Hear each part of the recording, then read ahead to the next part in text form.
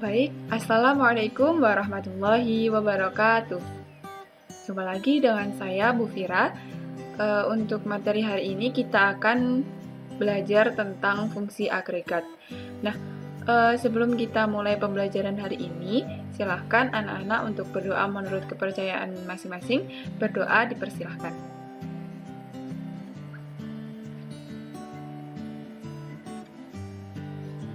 Berdoa dapat diakhiri. Nah, untuk video pembelajaran yang saat ini kita bahas adalah tentang fungsi agregat.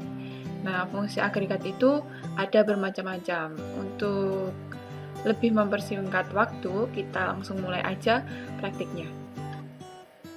Bu Fira ingatkan lagi, jangan lupa untuk mengaktifkan XAMPP-nya. Kemudian kita masuk pada command prompt dan masuk pada MySQL.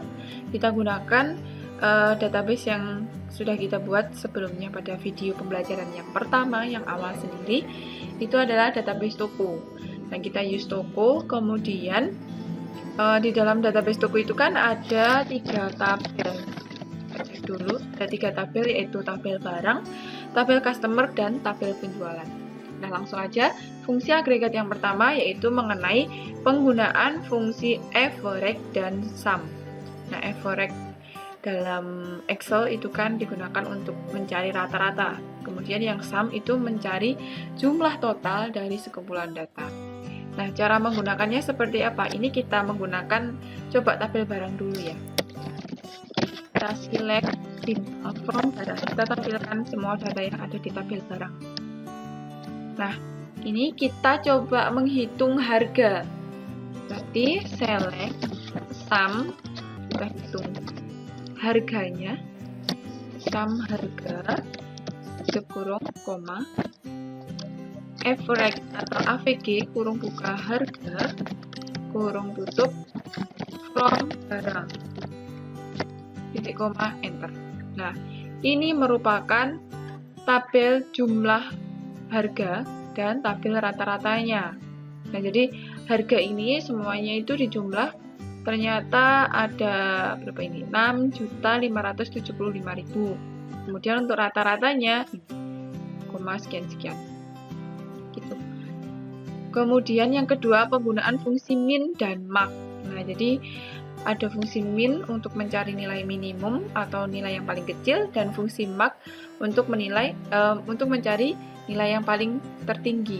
Nah, cara menggunakannya, misalkan kita ingin melihat harga atau stok, kita ganti stok aja. Stok yang tertinggi berapa, stok yang terendah berapa. Nah, itu kita menggunakan select max, kurung buka stok, tutup kurung, koma, min, kurung buka stok, tutup kurung, from barang, titik koma, enter. Nah, jadi ini ternyata stok yang terbesar itu ada 50, kemudian stok yang terkecil itu 8. Gitu. Kemudian yang ketiga, fungsi agregat yang ketiga adalah penggunaan fungsi count. Count digunakan untuk mencari jumlah baris dalam tabel. Jadi misalkan tabelnya banyak datanya, ribuan gitu. Nah, kita ingin mencari jumlahnya berapa sih sebenarnya? Nah, itu kita bisa menggunakan count. Misalkan select count, kurung buka bintang, tutup kurung, from barang, titik koma, enter. Nah, ternyata di tabel barang itu jumlah barisnya ada 6. Misalkan kita ingin mencari jumlah baris di dalam tabel customer. Nah, itu ternyata ada 5. Coba kita cek. Select tentang from customer. Nah, ternyata juga ada 5 row. Gitu. Kemudian yang keenam, penggunaan keyword distinct. Nah, jadi ada tambahan kata distinct. Nah, distinct ini digunakan untuk apa? Distinct ini digunakan untuk menghilangkan data yang sama. Nah, jadi misalkan kayak di ini tabel barang, kemudian di bagian harga, ini kan ada harga 25.000-nya ada 3. Nah, ini kita nanti kalau menggunakan distinct akan hilang. Jadi cuma ditampilkan atau dihitung 1. Misalkan gini. select Cion kurung buka distinct spasi harga tutup kurung from barang titik koma enter. Nah, ternyata 4. Padahal sebelum di distinct tadi jumlah atau Cion dari harga, count dari harga itu ada 6. Kita coba lihat ya, distinct-nya kita hilangkan. Count harga. Nah, itu ada 6. Setelah kita pakai distinct, jumlahnya menjadi 4 karena harganya tadi dimunculkan atau dihitung cuma 1 kali. Gitu. Kemudian yang selanjutnya, fungsi agregat yang kelima adalah penggunaan klausa group by. Nah, klausa group by ini digunakan untuk mengelompokkan data dari kolom sebuah tabel, dan jika terdapat beberapa tabel yang sama, hanya akan dimunculkan satu tabel. Gitu. Misalkan gini, select ID underscore barang, koma, average, kurung buka harga, from barang. Coba kita inikan dulu ya. Nah, ini cuma muncul ID barang 101. Nah, rata-ratanya ini rata-rata keseluruhan. Tapi yang dimunculkan cuma ID barang 1. Nah, ini kan pastinya kita bingung. Kok ID barang 101 harganya 109 maksudnya ID barang 101 rata-rata harganya 1095833,33, padahal rata-rata harga ini kan untuk rata-rata keseluruhan. Nah, untuk memunculkan dari semua ID barang itu kita menggunakan group by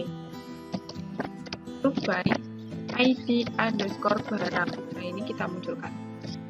Nah, muncul semua. Jadi ID barang 101 rata-rata jumlah rata-ratanya 25.000. Kemudian ID barang 102 jumlah harga rata-ratanya 700.000 dan seterusnya. Gitu. Jadi ID barang group by di sini itu untuk memunculkan semuanya ini. Nah, selanjutnya yang keenam, fungsi agregat yang keenam adalah mengelompokkan lebih dari satu kolom. Nah, ini menggunakan klausa group by lebih dari satu kolom. Misalkan kita gunakan kolom penjualan aja ya, biar kita tahu bedanya. Select bintang penjualan. Kita pakai group by satu kolom aja dulu. Misalkan select ID underscore transaksi, koma, ID underscore customer, koma, ID underscore barang, from penjualan. Ini kita tambahkan jumlah. Koma, sum, kurung buka jumlah. Itu kurang. ID invite list apa ya ini? Unknown. Oh, ini ID underscore transaksi, underscore-nya saya salah menulisnya. Nah, ini saya edit dulu. Jadi ini nggak boleh tipu ya menulisnya. Nah,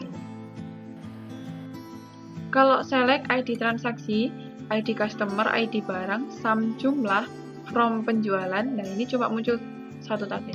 Misalkan kita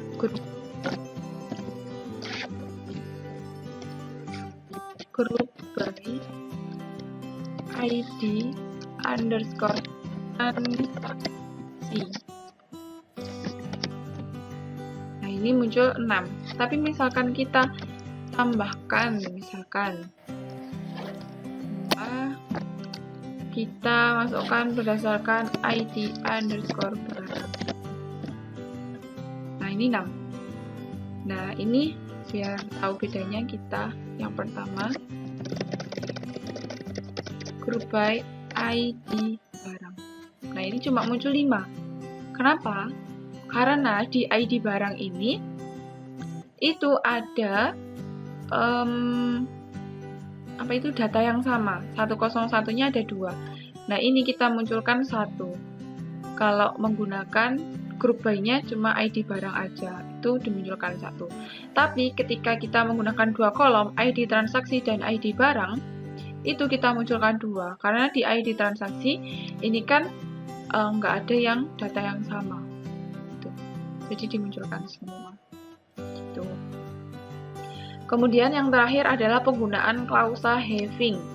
Nah, having di sini digunakan untuk memilah data dari baris yang dihasilkan dari grup B atau select yang menghasilkan penggabungan. Jadi having itu digunakan untuk menghasilkan select dari hasil penggabungan dari grup by.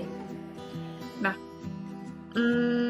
lebih jelasnya itu having itu sebenarnya sama dengan where. Tapi bedanya where digunakan untuk tabel.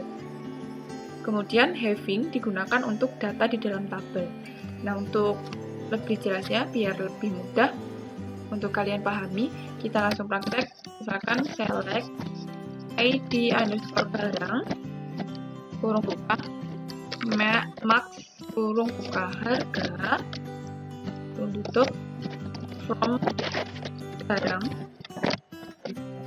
group by ID underscore barang. Coba kita ambil kali ini dulu tanpa have. Nah, ini muncul semua. Nah, misalkan kita menggunakan klausa having max kurung buka harga tutup kurung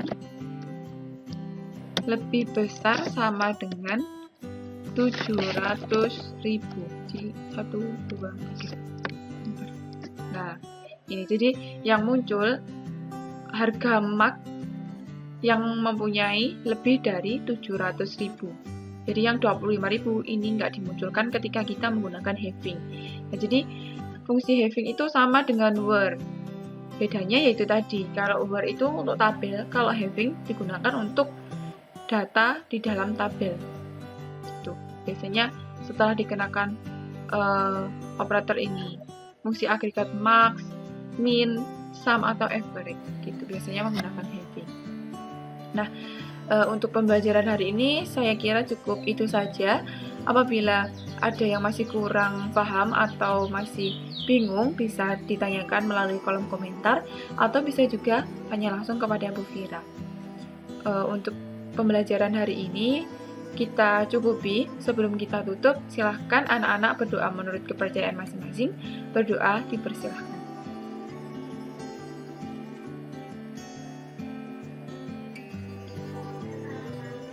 Berdoa dapat diakhiri. Terima kasih.